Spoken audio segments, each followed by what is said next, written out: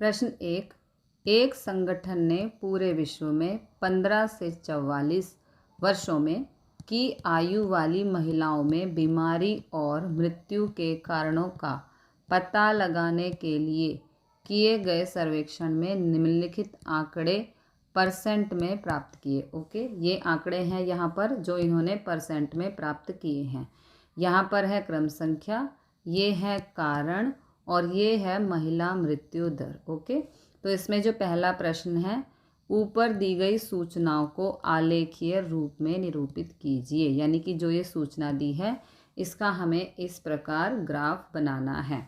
तो यहाँ पर महिला मृत्यु दर और यहाँ पर नीचे दिए गए हैं कारण। ओके, इस तरह से आपको ग्राफ बनाना है।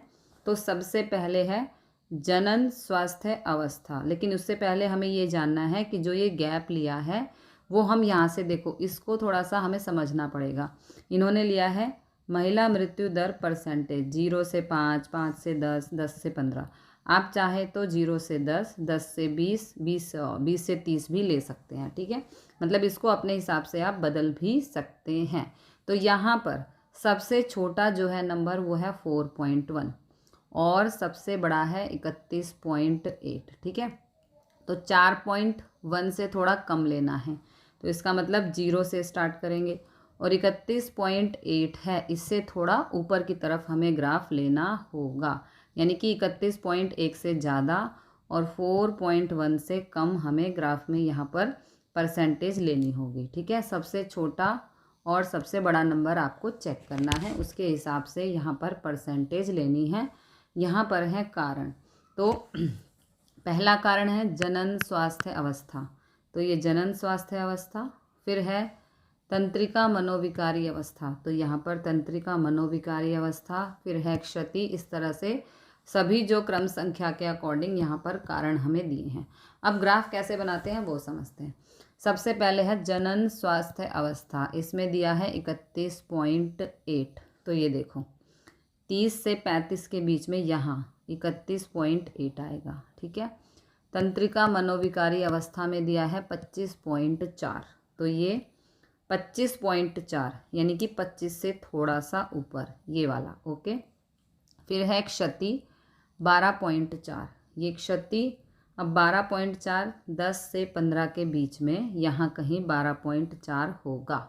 फिर है आपका हृदय वाहिका अवस्था, इसमें है 4.3, तो देखो 4.3 यानी कि 0 से 5 के बीच में, 5 से थोड़ा सा नीचे होगा, ये रहा। ओके, नेक्स्ट है श्वसन अवस्था, तो यानी कि 4.1 है, तो 4.1 भी कहाँ होगा, 5 से थोड़ा सा नीचे, ये रहा। ओके, फिर है अन्य कारण में 22.0 यानी कि 22 कंप्लीट, तो 22 कहाँ होगा, ये अन्य कारण, और 22 होगा 20 से 25 के बीच में, 20 से थोड़ा ऊपर, तो ये रहा अन्य कारण के लिए। ठीक है, अब पार्ट 2 में उन्होंने कहा है कौन सी अवस्था पूरे विश्व की महिलाओं के खराब स्वास्थ्य और मृत्यु का बड़ा कारण है। तो यहाँ पे आप देख लो, सबसे जो बड़ा है यहाँ पर परसेंटेज में दिया है महिला मृत्यु दर, वो है 31.8 और वो कारण है जनन स्वास्थ्य अवस्था।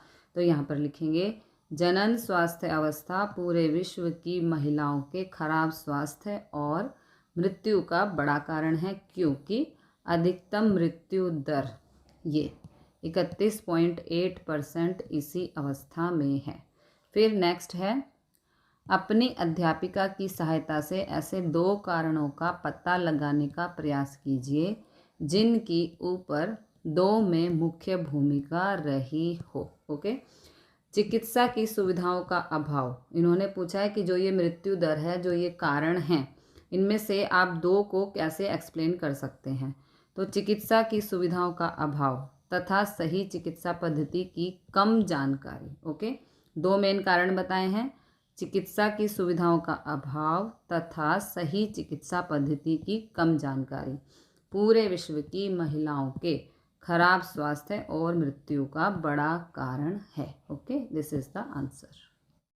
प्रश्न 2, भारतीय समाज के विभिन्न क्षेत्रों में प्रति 1000 लड़कों पर लड़कियों की निकटतम 10 तक की संख्या के आंकड़े नीचे दिए गए हैं। ओके, ये है क्षेत्र और ये है प्रति 1000 लड़कों पर लड़कियों की संख्या। ओके, तो इसमें पार्ट 1 दिया है, ऊपर दी गई सूचनाओं को एक दंड आलेख द्वारा निरूपित कीजिए।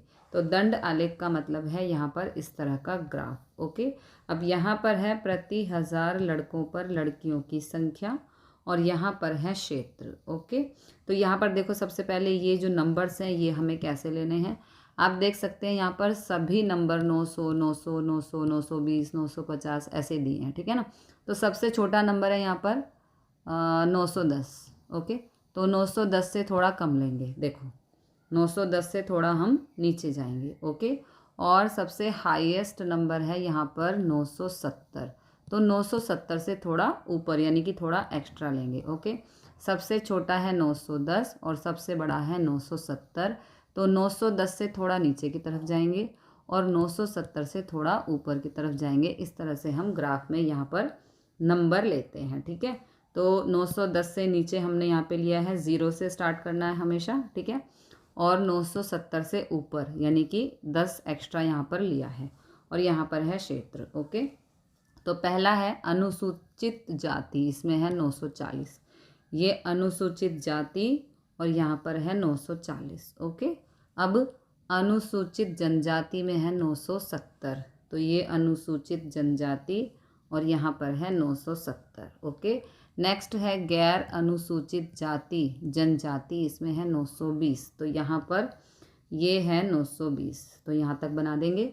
फिर नेक्स्ट है पिछड़े ज़िले, इसमें है 950, तो पिछड़े ज़िले ये रहा 950। ओके, फिर है नेक्स्ट क्या है गैर पिछड़े ज़िले, इसमें है 920, तो ये गैर पिछड़े ज़िले इसमें 920, यहाँ से ये वाला। ओके, नेक्स्ट है ग्रामीण, इसमें है 930, तो ये ग्रामीण और 930, ये 930 यहाँ से ये वाला यहाँ तक। ओके, लास्ट है शहरी, इसमें है 910, तो ये शहरी और यहाँ पर है 910, तो यहाँ तक ग्राफ हम बनाएंगे। ओके, अब सेकंड नंबर पे पूछा है कक्षा में चर्चा करके बताइए कि आप इस आलेख से कौन कौन से निष्कर्ष निकाल सकते हैं। ओके, तो इसका आंसर होगा अनुसूचित जनजाति में प्रति 1000 लड़कों पर लड़कियों की संख्या सबसे अधिक 970 है तथा शहरी क्षेत्रों में सबसे कम 910 है। ओके, ये देखो ये 970 सबसे अधिक है और ये है अनुसूचित जनजाति में, है ना, अनुसूचित जनजाति में, ठीक है, तथा शहरी क्षेत्रों में सबसे कम 910 है। ये है शहरी क्षेत्र, इसमें 910 सबसे कम है। This is the answer.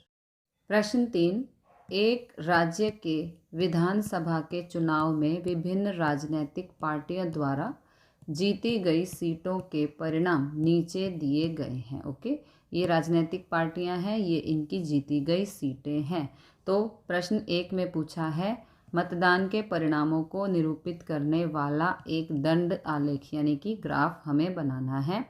तो यहाँ पर है जीती गई सीटें और यहाँ पर है राजनीतिक पार्टी। ओके, तो यहाँ पर देखो सबसे छोटा नंबर है 10, सबसे बड़ा नंबर है 75, तो यहाँ पर आप 10 से थोड़ा कम यानी कि 0 से हम स्टार्ट करेंगे। ये देखो 0 से स्टार्ट किया है और सबसे बड़ा नंबर है 75, तो 75 से थोड़ा ऊपर वाला नंबर लेंगे यानी कि 80 या 85 तक हम ले लेंगे, ठीक है।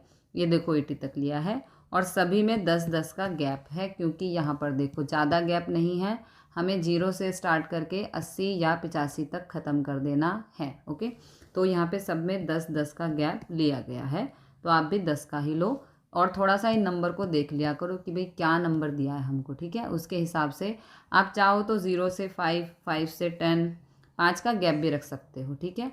तो ये है जीती गई सीटें और ये है राजनीतिक पार्टी। तो सबसे पहले है ए, तो यहाँ पे ए की सीटें हैं 75, तो 70 से 80 के बीच में आएगा 75।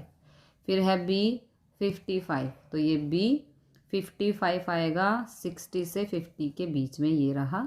फिर है सी के लिए है 37। ओके, तो ये सी 37 आएगा 30 और 40 के बीच में, ये रहा। ओके, फिर है डी के लिए है 29, तो ये डी और 29 आएगा 30 से थोड़ा सा नीचे, ये रहा। ओके, फिर है ई के लिए है 10, तो ये ई और ये रहा 10। ओके, फिर है एफ, तो ये एफ और 37 है, 37 होगा 30 से 40 के बीच में, 40 से थोड़ा सा नीचे, तो ये रहा। ओके, ये बन गया ग्राफ। अब पार्ट 2 में इसने पूछा है किस राजनीतिक पार्टी ने अधिकतम सीटें जीती है। तो यहाँ पर सबसे नंबर बड़ा है वो है 75। राजनीतिक पार्टी ए ने, देखो 75 है, ये ए के सामने है ना, तो राजनीतिक पार्टी हो गई ए और इसने हाईएस्ट यानी कि सबसे ज़्यादा सीटें जीती हैं 75। राजनीतिक पार्टी ए ने अधिकतम सीटें 75 जीती हैं। This is the answer. प्रश्न 4, एक पौधे की 40 पत्तियों की लंबाइयाँ 1 मिलीमीटर तक शुद्ध मापी गई हैं और प्राप्त आंकड़ों को निम्नलिखित सारणी में निरूपित किया गया है। ओके, ये है लंबाई पौधे की पत्तियों की और ये है पत्तियों की संख्या। ओके, तो इसके लिए पहला जो प्रश्न दिया है यहाँ पर, दिए हुए आंकड़ों को निरूपित करने वाला एक आयत चित्र खींचिए। लेकिन उससे पहले यहाँ वर्ग अंतराल संतत नहीं है। संतत का मतलब है, देखो यहाँ 126 है और यहाँ 127 है, ये दोनों वैल्यूज सेम होनी चाहिए, लेकिन ऐसा यहाँ पर नहीं है। इसलिए यहाँ पर कहा गया है यहाँ वर्ग अंतराल संतत नहीं है। ओके, ये वर्ग अंतराल है, यहाँ पर दोनों वैल्यू एक जैसी होनी चाहिए, फिर यहाँ पर दोनों वैल्यू एक जैसी होनी चाहिए। तो पहले हम इसे संतत बनाएंगे। संतत बनाने के लिए आपको क्या करना है, ये लोअर लिमिट है और ये अपर लिमिट है। ओके, तो लोअर लिमिट में से माइनस करना है 0.5 और अपर लिमिट में प्लस करना है 0.5, ऐड करना है। ओके, लोअर लिमिट में से माइनस करना है 0.5 और अपर लिमिट में प्लस करना है 0.5। फॉर एग्जांपल, सबसे पहला दिया है वर्ग अंतराल 118 से 126, तो ये लोअर लिमिट है, ये अपर लिमिट है। लोअर लिमिट में से माइनस करना है 0.5, तो आएगा 117.5 और अपर लिमिट में ऐड करना है 0.5, तो ये हो जाएगा 126.5। देखो ये रहा। ओके, इसी प्रकार एक दो और चेक कर लेते हैं। 127 से 135, ये लोअर लिमिट, ये अपर लिमिट। 127 में से माइनस करना है 0.5, तो ये हो जाएगा 126.5 और 135 में ऐड करना है 0.5, तो ये हो गया 135.5। इसी प्रकार ये लोअर लिमिट है, ये अपर लिमिट है। यहाँ लोअर लिमिट में से माइनस करना है 0.5, अपर लिमिट में ऐड करना है 0.5। ओके, तो 136 में से 0.5 को माइनस किया 135.5, 144 में 0.5 को प्लस किया तो ये हो गया 144.5। ओके, इस प्रकार सभी वैल्यूज़ हमारी आ जाएंगी। देखो अब ये दोनों इक्वल हो गए, है ना, अब ये दोनों इक्वल हो गए, अब ये दोनों इक्वल हो गए, फिर ये दोनों, इस प्रकार ये हो गया हमारा यहाँ वर्ग अंतराल। अब ये संतत हो गया। ठीक है, तो अब आगे चलते हैं। अब दूसरा इन्होंने पूछा है क्या, पहले तो बोला है दिए हुए आंकड़ों को निरूपित करने वाला एक आयत चित्र खींचिए। आयत चित्र का मतलब है इस प्रकार का ग्राफ। ओके, तो ग्राफ बनाने के लिए यहाँ पर पत्तियों की संख्या और यहाँ पर लंबाई मिलीमीटर में। ओके, तो अब ये पत्तियों की संख्या है, इसमें देखो सबसे छोटा जो नंबर है वो है 2 और हाईएस्ट जो नंबर है वो है 12। तो ग्राफ का जो नंबर हम यहाँ पे शुरू करते हैं 2 से थोड़ा कम होना चाहिए। 2 से थोड़ा कम का मतलब 0 से स्टार्ट कर सकते हैं और 12 से थोड़ा ज़्यादा होना चाहिए, यानी कि 12 है तो 13 14 तक हम बना सकते हैं। ओके, देखो यहाँ 14 तक है। ठीक है, तो पहले में क्या बोला है, पत्तियों की संख्या, यहाँ पर पहला है 117.5 से 126.5 और उसमें पत्तियों की संख्या है 3। तो ये देखो 3, 2 से 4 के बीच में यहाँ 3 है और ये है 117.5 से 126.5। ओके, उसके बाद दूसरे में है पत्तियों की संख्या है 5, तो ये पत्तियों की संख्या और 5 है, 4 से 6 के बीच में यहाँ होगी। ठीक है, और जो इसकी लंबाई है वो है 126.5 से 135.5। ओके, अगला इन्होंने बोला है, यहाँ तक हो गया। अब है 9, पत्तियों की संख्या है 9 और इसकी जो लंबाई है वो है 135.5 से 144.5 और पत्तियों की संख्या है 9, तो 9 होगा 8 से 9 के 8 और 10 के बीच में, ये रहा। ठीक है, उसके बाद नेक्स्ट है 12 और इसकी जो लंबाई है 144.5 से 153.5 और पत्तियों की संख्या है 12। ओके, उसके बाद नेक्स्ट है 5 है पत्तियों की संख्या और इसकी जो लंबाई है 153.5 से 153.5 से 162.5। ओके, और पत्तियों की संख्या है 5, तो 5 है 4 और 6 के बीच में, ये रहा। ओके, उसके बाद नेक्स्ट है पत्तियों की संख्या है 4 और इसकी जो लंबाई है 162.5 से 171.5, ये रही। ठीक है, पत्तियों की संख्या है 4, तो 4 ये रहा। ओके, लास्ट है पत्तियों की संख्या है 2 और इसकी लंबाई है 171.5 से 180.5। ओके, और पत्तियों की संख्या है 2, तो 2 ये रहा। ओके, अब अगला इन्होंने पूछा है, इन्हीं आंकड़ों को निरूपित करने वाला अन्य उपयुक्त आलेख बारंबारता बहुभुज हो सकता है। और तीसरा पूछा है यहाँ पर, क्या यह सही निष्कर्ष है कि 153 मिलीमीटर लंबाई वाली पत्तियों की संख्या सबसे अधिक है, क्यों? 153 मिलीमीटर पहले चेक करो है कहाँ, ये रहा। ठीक है, इन्होंने बोला है क्या यह सही है कि 153 मिलीमीटर लंबाई वाली पत्तियों की संख्या सबसे अधिक है, क्यों? अब इसका आंसर है यहाँ पर नहीं, क्योंकि मिलीमीटर 144.5 से 153.5, ये वाला जो सबसे ऊंचा ग्राफ जा रहा है, ये इसका जो लंबाई है 144.5 से 153.5। ओके, और यहाँ पत्तियों की संख्या है 12 और जो इन्होंने पूछा है उसके लिए हम इसका आंसर दे रहे हैं कि इन्होंने पूछा है 153 मिलीमीटर, तो 153 तो ये वाला है ना, और यहाँ पर पत्तियों की संख्या है 5।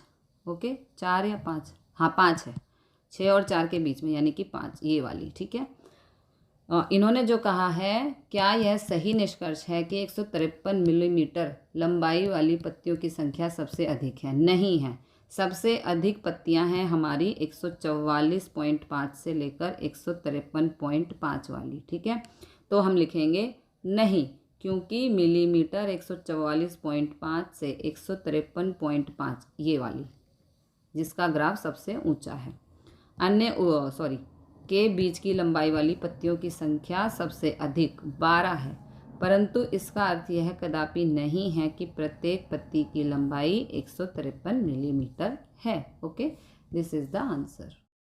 प्रश्न 5, नीचे की सारणी में 400 नियॉन लैंपों के जीवन काल दिए गए हैं। ओके, ये है जीवन काल घंटों में और ये है लैंपों की संख्या। तो पार्ट 1 में पूछा है, एक आयत चित्र की सहायता से दी हुई सूचनाओं को निरूपित कीजिए। इस प्रकार का आयत चित्र होता है जो हम ग्राफ पे बनाते हैं। ठीक है, तो सबसे पहले यहाँ पर आयत चित्र हमें बनाना है। तो यहाँ पर लैंपों की संख्या, अब देखो सबसे कम लैंपों की संख्या है यहाँ पर 14। ओके, और सबसे जो हाईएस्ट है वो है 86। तो हमें जो यहाँ से नंबर लेने हैं वो 14 से थोड़ा कम लेंगे। 14 से कम का मतलब हम 0 से ही स्टार्ट करेंगे। ठीक है, और 86 से थोड़ा ज़्यादा, 86 से ज़्यादा का मतलब है 90, 95 या 100 तक। देखो यहाँ 100 तक ही लिया है। ठीक है, ले सकते हैं। ओके, तो यहाँ 0 से स्टार्ट करेंगे 100 तक और यहाँ पर है जीवन काल घंटों में। अब जीवन काल में आप देख सकते हैं 100 का डिफरेंस है सभी में और 300 से स्टार्ट है, तो हम भी 300 से ले लेंगे। ठीक है, अब ग्राफ बनाते हैं। तो ग्राफ बनाने के लिए पहला दिया है 300 से 400 में लैंपों की संख्या है 14, तो 300 से 400 14 आएगा, 10 और 20 के बीच में, ये रहा। नेक्स्ट 400 से 500, इसमें है 56, तो 400 से 500 और इसमें लैंपों की संख्या है 56। 56 आएगा 50 से 60 के बीच में, ये रहा। ओके, उसके बाद है 500 से 600 और लैंपों की संख्या है 60। तो ये 500 से 600, लैंपों की संख्या है 60। ओके, नेक्स्ट है 74 लैंपों की संख्या और 700 से 800। तो ये 700 से 800 और लैंपों की संख्या है यहाँ पर ये रही 74। 74 आएगा 70 से 80 के बीच में, ये वाला। ओके, नेक्स्ट है 62 और यहाँ पर जीवन काल है 800 से 900।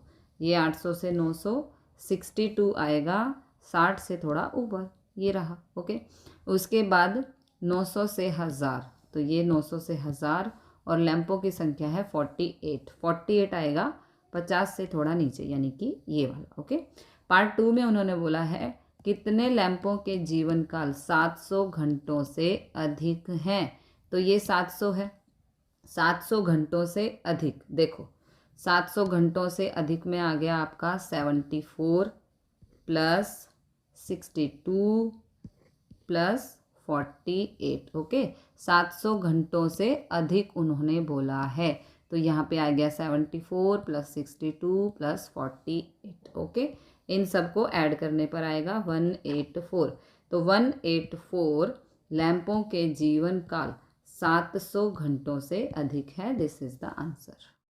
प्रश्न 6, नीचे की दो सारणियों में प्राप्त किए गए अंकों के अनुसार दो सेक्शनों के विद्यार्थियों का बंटन दिया गया है, सेक्शन ए और सेक्शन बी। ओके, ये हैं अंक और ये है छात्र, फिर ये हैं अंक और ये है छात्र। ओके, तो सबसे पहले दो बारंबारता बहुभुजों की सहायता से एक ही आलेख पर दोनों सेक्शनों के विद्यार्थियों के प्राप्त अंक निरूपित कीजिए। इन्होंने कहा है कि एक ही ग्राफ बनाना है और उसी पर दोनों सेक्शन के विद्यार्थियों के अंकों को निरूपित करना है।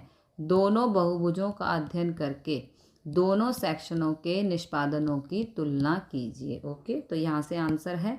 अब देखो ये अंक हैं और ये 0 से 10, 10 से 20 इस प्रकार दिए हैं। सबसे पहले हमें यहाँ पर वर्ग चिन्ह फाइंड करना है दोनों जगह, यहाँ पर भी और यहाँ पर भी। अब वर्ग चिन्ह कैसे फाइंड करते हैं वो समझते हैं। 0 से 10, तो ये 0 से 10, इसका मतलब है 0 और 10 को प्लस करके 2 से भाग करना है। तो 0 में 10 प्लस करेंगे 10 आएगा, 2 से 10 को किया कैंसिल तो आ गया 5, आ गया 5। ठीक है, नेक्स्ट एक और देख लेते हैं 10 से 20।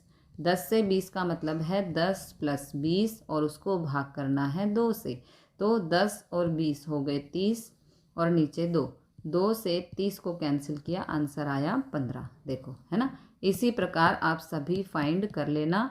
इनको प्लस करके 2 से भाग करना है, बहुत ही सिंपल है। ओके, तो ये है छात्र और ये है अंक। ओके, अब हम बनाते हैं इसका ग्राफ।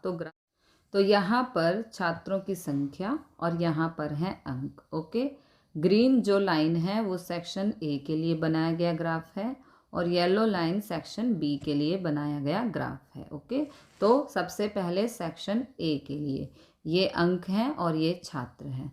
तो अंक है यहाँ पर 5, तो 5 यहाँ पर जाएगा और छात्र है 3, तो ये छात्र हमारे हो गए 3, 5 से थोड़ा नीचे ये वाला। ओके, फिर नेक्स्ट में है छात्र है 9, तो छात्र हमारे यहाँ है 9, तो 10 से थोड़ा नीचे यानी कि ये वाला। ओके, और इसके लिए अंक हैं 15, तो ये वाला। नेक्स्ट में है छात्र है 17, तो छात्र 17 हमारे यहाँ होंगे कहीं, ये रहे। ठीक है, छात्र 17 हैं और इसके अंक हैं 25, तो ये वाला।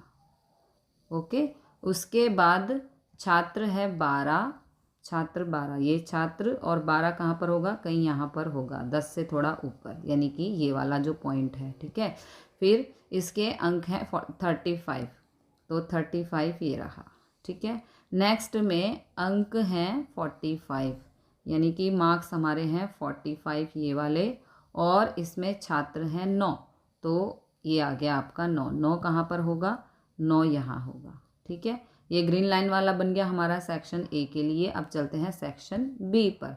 तो इसमें अंक हैं 5 और छात्र भी हैं 5, यानी कि ये वाला। इसको मैं भी येलो से नहीं तो रेड से बना देती हूँ। चलो ठीक है, ये वाला पहला हो गया। दूसरे में छात्र हैं 19 और अंक हैं 15, तो अंक 15 और छात्र हैं 19, ये वाला। ओके, इसको मैं रेड से डॉट कर रही हूँ ताकि आपको क्लियर हो जाए। नेक्स्ट है छात्र हैं 15, छात्र यहाँ पे छात्र हैं 15 ये वाले, और अंक हैं 25, तो ये वाला हो गया। ठीक है, ये 15 और ये 25। उसके बाद नेक्स्ट है छात्र हैं 10, छात्र 10 हैं और अंक हैं 35, तो ये वाला हो गया। लास्ट है छात्र है 1, तो ये छात्र यहाँ पर 1 होगा और इसके अंक हैं 45, तो कितने हैं 45 है ना, तो 45 ये रहा। ठीक है, छात्र है 1 और अंक है 45। ठीक है, ये बन गया हमारा ग्राफ। तो दिए हुए आंकड़ों को निरूपित करने वाला बारंबारता बहुभुज बन के तैयार हो गया है। अब नेक्स्ट इन्होंने पूछा है दोनों बहुभुजों का अध्ययन करके दोनों सेक्शनों के निष्पादनों की तुलना कीजिए। तो दोनों बहुभुजों का अध्ययन करके यह पता चलता है कि सेक्शन ए के विद्यार्थियों के प्राप्तांक सेक्शन बी से बेहतर हैं। ओके, सेक्शन ए वाले जो बच्चे हैं उनके मार्क्स ज़्यादा हैं, सेक्शन बी वालों के कम हैं, क्योंकि देखो सेक्शन बी का जो ग्राफ है वो नीचे ही गिरता जा रहा है। सेक्शन बी का ग्राफ कौन सा है, येलो वाला, ये देखो नीचे ही गिर रहा है ना। और सेक्शन ए का जो ग्राफ है ग्रीन वाला, वो ऊपर ऊपर बढ़ा है और उससे ज़्यादा वो बढ़ता ही चला गया है। तो इसलिए सेक्शन ए के मार्क्स ज़्यादा हैं सेक्शन बी से। This is the answer. प्रश्न 7, एक क्रिकेट मैच में दो टीमों ए और बी द्वारा प्रथम 60 गेंदों में बनाए गए रन नीचे दिए गए हैं। ये टीम ए है और ये टीम बी है। ओके, और ये हैं इनके रन। अब आगे, बारंबारता बहुभुजों की सहायता से एक ही आलेख पर दोनों टीमों के आंकड़े निरूपित कीजिए। पहले वर्ग अंतरालों को संतत बनाइए। तो यहाँ पर संतत का मतलब क्या है, देखो ये 1 से 6 दिया है, ये 7 से 12 दिया है। संतत का मतलब होता है यहाँ पर एक ही वैल्यू होनी चाहिए, यहाँ पर एक ही वैल्यू होनी चाहिए, सेम। ओके, तो इसके लिए हमें क्या करना है, ये लोअर लिमिट है, ये अपर लिमिट है। लोअर लिमिट में से माइनस करेंगे 0.5, अपर लिमिट में ऐड करेंगे 0.5। ओके, तो लोअर लिमिट है 1, इसमें से माइनस करेंगे 0.5 तो आएगा 0.5। ये अपर लिमिट है, इसमें ऐड करेंगे 0.5 तो ये आएगा 6.5। देखो ये आ गया 0.5 से 6.5। अगली जो हमें दी है, इसमें अगला दिया है 7 से 12, तो इसको भी एक बार देख लेते हैं। 7 से 12 ये लोअर लिमिट है, ये अपर लिमिट है। लोअर लिमिट में से माइनस करना है 0.5 तो आएगा 6.5। अपर लिमिट है 12, इसमें ऐड करना है 0.5 तो ये बन जाएगा 12.5। देखो है ना, इसी प्रकार से आपको सभी को सॉल्व कर लेना है। फिर हमें फाइंड करना पड़ता है वर्ग चिन्ह। वर्ग चिन्ह का मतलब है कि 1 और 6 को प्लस करो। वर्ग चिन्ह का मतलब है यहाँ पर ये जो 0.5 से 6.5 है, इनको ऐड करके 2 से भाग करना। ओके, इन सबको मतलब इन दोनों को ऐड करके 2 से भाग करना, फिर इन दोनों को ऐड करके 2 से भाग करना, उसे हम कहते हैं वर्ग चिन्ह। तो वर्ग चिन्ह मैंने अब फाइंड किया है, ये रहा। देखो वर्ग चिन्ह, पहले का मैं आपको 2 करके दिखाती हूँ, बाकी आपको खुद ही फाइंड करने हैं। वर्ग चिन्ह के लिए इन दोनों को ऐड करेंगे। इन दोनों को किनको, ये जो गेंदों की संख्या आई है, इनको हमें दोनों को ऐड करके, यानी कि लोअर लिमिट और अपर लिमिट को ऐड करके 2 से करना है भाग। ओके, तो देखो 0.5 से 6.5 इनको ऐड करके 2 से भाग करेंगे। 0.5 प्लस 6.5 ये हो गया 7। 7 को कर देंगे 2 से भाग तो आएगा 3.5। इसी प्रकार 6.5 से 12.5 इनको ऐड करके 2 से भाग करेंगे। इन्हें ऐड किया, आ गया 19। 19 को करेंगे 2 से भाग तो आएगा 9.5। देखो पहला 3.5, दूसरा 9.5 आया है। ये 3.5, ये 9.5। इसी प्रकार आपको सभी वर्ग चिन्ह फाइंड करने हैं। ये टीम ए है और ये टीम बी है। ओके, अब दिए हुए आंकड़ों को निरूपित करने वाला बारंबारता बहुभुज यानी कि हमें बनाना है ग्राफ।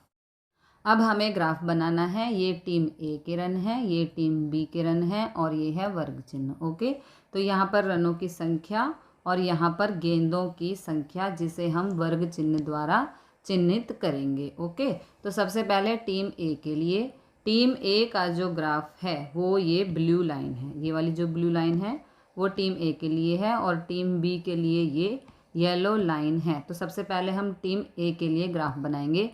टीम ए के रन है 2 और वर्ग चिन्ह है 3.5। तो रन 2 ये वाले और वर्ग चिन्ह 3.5 यहाँ पर। ओके, फिर वर्ग चिन्ह है 9.5 और रन है 1। तो 9.5 और ये रन 1। ओके, फिर 15.5 वर्ग चिन्ह और रन है 8। तो ये 15.5 और रन है 8। ओके, फिर 21.5 और रन है 9। तो 21.5 और रन है 9। यहाँ 8 से 10 के बीच में 9 आएगा। ओके, फिर 27.5 और रन है 4। तो 27.5 और रन है 4 ये वाला। ओके, फिर 33.5 और इसके लिए रन है 5। तो 33.5 और इसके लिए रन है 5। ठीक है, फिर 39.5 और रन है 6। तो 39.5 और रन है 6। फिर 57.5 और रन है 2। तो 57.5 और रन है 2। ओके, इसी प्रकार आपको टीम बी का भी ग्राफ बनाना है, आप बना सकते हैं। ओके, प्रश्न 8, एक पार्क में खेल रहे विभिन्न आयु वर्गों के बच्चों की संख्या का एक यादृच्छिक सर्वेक्षण करने पर निम्नलिखित आंकड़े प्राप्त हुए। तो ये है आयु और ये है बच्चों की संख्या। ओके, ऊपर दिए आंकड़ों को निरूपित करने वाला एक आयत चित्र खींचिए, मतलब कि हमें ग्राफ बनाना है। ओके, आयतों के क्षेत्रफल आयत चित्र की बारंबारताओं के समानुपाती होते हैं, परंतु क्योंकि यहाँ आयतों की चौड़ाइयाँ बदल रही हैं, ये देखो इस जो आयत की चौड़ाई है ना, ये यहाँ पर बदल रही है, इसलिए आयतों की लंबाइयों में कुछ परिवर्तन करने की आवश्यकता है, जिससे कि क्षेत्रफल पुनः बारंबारताओं के समानुपाती हो जाए। तो हमें यहाँ पर एक आयत की लंबाई का एक अलग से कॉलम बनाना पड़ेगा और लंबाई फाइंड भी करनी पड़ेगी। तो ये है आयु वर्षों में, ये है बच्चों की संख्या जिसे हम बारंबारता कहेंगे, ये है वर्ग की चौड़ाई यानी कि माप, और हम यहाँ पर फाइंड करेंगे आयत की लंबाई। ओके, तो आयत की लंबाई के लिए यहाँ पर एक सिंपल सा सूत्र है, आयत की लंबाई वर्ग की बारंबारता अपॉन में वर्ग की चौड़ाई गुणा न्यूनतम वर्ग माप। ओके, तो हम इसे यहाँ से समझते हैं। देखो यहाँ पर क्या करना है, हमें ऊपर है 5, 5 का मतलब है बारंबारता, और नीचे है 1, 1 का मतलब है वर्ग की चौड़ाई। ओके, और गुणा में है 1, इस 1 का देखो सब में 1 है ना, इसका मतलब है न्यूनतम वर्ग माप। ओके, न्यूनतम वर्ग माप यहाँ पर सब में 1 दिया है, क्योंकि देखो न्यूनतम वर्ग माप यही है ना 1, है ना, इन दोनों का अंतर 1, वो न्यूनतम वर्ग माप है, इसलिए सभी को 1 से गुणा करना है। तो कैसे करना है, बारंबारता अपॉन में वर्ग की चौड़ाई 5/1, ठीक है, फिर 3/1, फिर 6/2, देखो ये रहा, है ना, 6/2, फिर 12/2 ये रहा, फिर 9/3 ये रहा, फिर 10/5 ये रहा, फिर 4/2 ये रहा, और गुणा में सबको 1 करना है, क्योंकि ये न्यूनतम वर्ग माप है, इसलिए सबको गुणा 1 से करना है। ओके, तो ये हो जाएगा 5, ये हो जाएगा 3, यहाँ 2 से 6 कैंसिल, ये आ गया 3, 2 से 12 कैंसिल, ये आ गया 6, 3 से 9 कैंसिल, ये आ गया 3, 5 से कम 5, 5 दूनी 10, और 2 एक कम 2, 2 दूनी 4। ओके, तो ये आ गया 2। अब हमें बनाना है ग्राफ। तो यहाँ पर है बच्चों की संख्या और ये है आयु वर्षों में। ओके, तो अब हम बच्चों की संख्या इन नंबर्स को लेंगे। ओके, तो बच्चों की संख्या 5 और आयु वर्षों में है 1 से 2, तो ये 5 और ये 1 से 2। ओके, फिर बच्चों की संख्या है 3, तो यहाँ पर 3 और आयु है 2 से 3 में, तो ये 2 से 3 में 3। ओके, फिर है बच्चों की संख्या 3 और आयु है 3 से 5, तो बच्चों की संख्या 3 और आयु है 3 से 5। फिर बच्चों की संख्या है 6 और आयु है 5 से 7, तो ये 5 से 7 और बच्चों की संख्या है 6। ओके, उसके बाद बच्चों की संख्या 3, बच्चों की संख्या 3 और आयु है 7 से 10, तो ये 7 से 10। ओके, फिर बच्चों की संख्या है 2, तो 2 यहाँ से होगा, ये वाला 2, और आयु है इसमें 10 से 15, तो ये 10 से 15। फिर आयु है 15 से 17, 15 से 17 में बच्चे हैं 2। Okay, this is the answer. प्रश्न 9, एक स्थानीय टेलीफोन निर्देशिका से 100 कुल नाम यादृच्छिक लिए गए और उनसे अंग्रेजी वर्णमाला के अक्षरों की संख्या का निम्न बारंबारता बंटन प्राप्त किया गया। ओके, ये है अंग्रेजी वर्णमाला के अक्षरों की संख्या और ये है कुल नामों की संख्या। तो इसमें हमें बताना है दी हुई सूचनाओं को निरूपित करने वाला एक आयत चित्र यानी कि ग्राफ बनाना है। वह वर्ग अंतराल बताइए जिसमें अधिकतम संख्या में कुल नाम हैं। ओके, तो सबसे पहले यहाँ पर ग्राफ बनाना है। आयतों के क्षेत्रफल आयत चित्र की बारंबारताओं के समानुपाती होते हैं, परंतु क्योंकि यहाँ आयतों की चौड़ाइयाँ बदल रही हैं। ओके, ये देखो, ये चौड़ाइयाँ यहाँ पर बदल रही हैं, इसलिए आयतों की लंबाइयों में कुछ परिवर्तन, ये लंबाई जो है परिवर्तन करने की आवश्यकता है जिससे कि क्षेत्रफल पुनः बारंबारताओं के समानुपाती हो जाए। ओके, तो ये है अंग्रेजी वर्णमाला के अक्षरों की संख्या, ये है कुल नामों की संख्या। तो यहाँ पर वर्ग माप, वर्ग की चौड़ाई होती है इनका अंतर, यानी कि 4 में से 1 माइनस किया तो 3, 6 में से 4 माइनस किया तो 2, 8 में से 6 माइनस किया तो 2, 12 में से 8 माइनस किया तो 4 और 20 में से 12 माइनस किया तो 8। ओके, ये आ गई वर्ग की चौड़ाई। अब हमें निकालना है आयत की लंबाई, जिसके लिए सूत्र होता है बारंबारता। कुल नामों की संख्या को यहाँ पर हम बारंबारता कहेंगे, अपॉन में वर्ग की चौड़ाई गुणा में न्यूनतम वर्ग माप। देखो, न्यूनतम वर्ग माप, इसको आप सूत्र को याद कर लेना, ठीक है।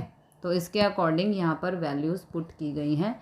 अब इसे सॉल्व करेंगे। देखो, 3 एकम 3, 3 दूनी 6, 2 दूनी 4, 2 से 2 कैंसिल 30, 2 से 2 कैंसिल 44, 2 एकम 2, 2 दूनी 4 और 2 से कटा 16, तो आ गया 8, तो ये 8 आ गया। अब 2 एकम 2, 2 चौक 8, 4 से 4 कट, ये आ गया 1। ओके, अब बनाना है इसका हमें ग्राफ। दूसरा इन्होंने पूछा है वर्ग अंतराल 6 से 8 में अधिकतम संख्या में कुल नाम है। ये 6 से 8 है। ओके, और यहाँ पर अधिकतम संख्या में कुल नाम है। अब ग्राफ बना देते हैं। तो यहाँ पर कुल नामों की संख्या, यहाँ पर अंग्रेजी वर्णमाला के अक्षरों की संख्या। ओके, तो सबसे पहले है 1 से 4, यानी कि ये 1 से 4, इसमें कुल नाम है 4। अब ये वाले नंबर हमको लेने हैं, ठीक है। फिर है 4 से 6, तो ये 4 से 6, इसमें कुल नामों की संख्या है यहाँ पर 30। ओके, फिर है 6 से 8, तो ये 6 से 8, इसमें कुल नामों की संख्या है 44, तो ये 44। ओके, उसके बाद है 8 से 12, तो ये 8 से 12, इसमें है 8, तो इसमें 8 हो गया आपका ये वाला यहाँ पे 10 से नीचे, ठीक है। उसके बाद लास्ट है 12 से 20, तो 12 से 20, इसमें है 1, तो 1 के लिए बहुत ये सिंगल सी लाइन बनेगी, ठीक है, यहाँ तक। ओके, तो ये बन गया हमारा ग्राफ।